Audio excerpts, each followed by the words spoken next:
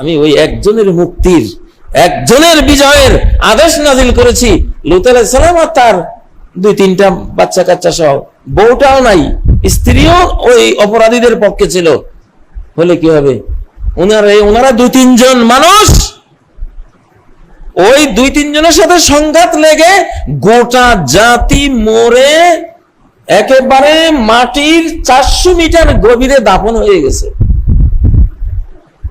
এত বড় ডিজাস্টার থেকে তারা 2-3 জন সগৌরবে সুন্দরভাবে বিজয়ী বেশে, মুক্ত বেশে তারা বেঁচে গেছে। ঠিক নয় কি? জানো আমার বান্দারা, তাহলে আসমান জমিন তো সৃষ্টি করা হয়েছে মারিফাতুল্লাহ, আল্লাহর পরিচয় জানাবার জন্য। ঠিক নয় কি?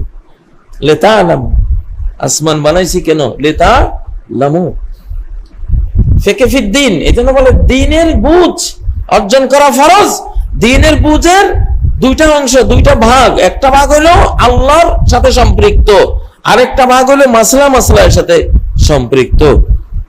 ফিকহ আকবর বড় বুঝ যেটা, সেটা হলো আল্লাহকে বুঝা। কাকে বুঝা?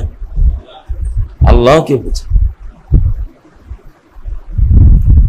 একজন আরবের বেদুইন বলে, গ্রামীণ মূর্খ লোক, সে আল্লাহকে পাইতেছে কিভাবে? সে বলে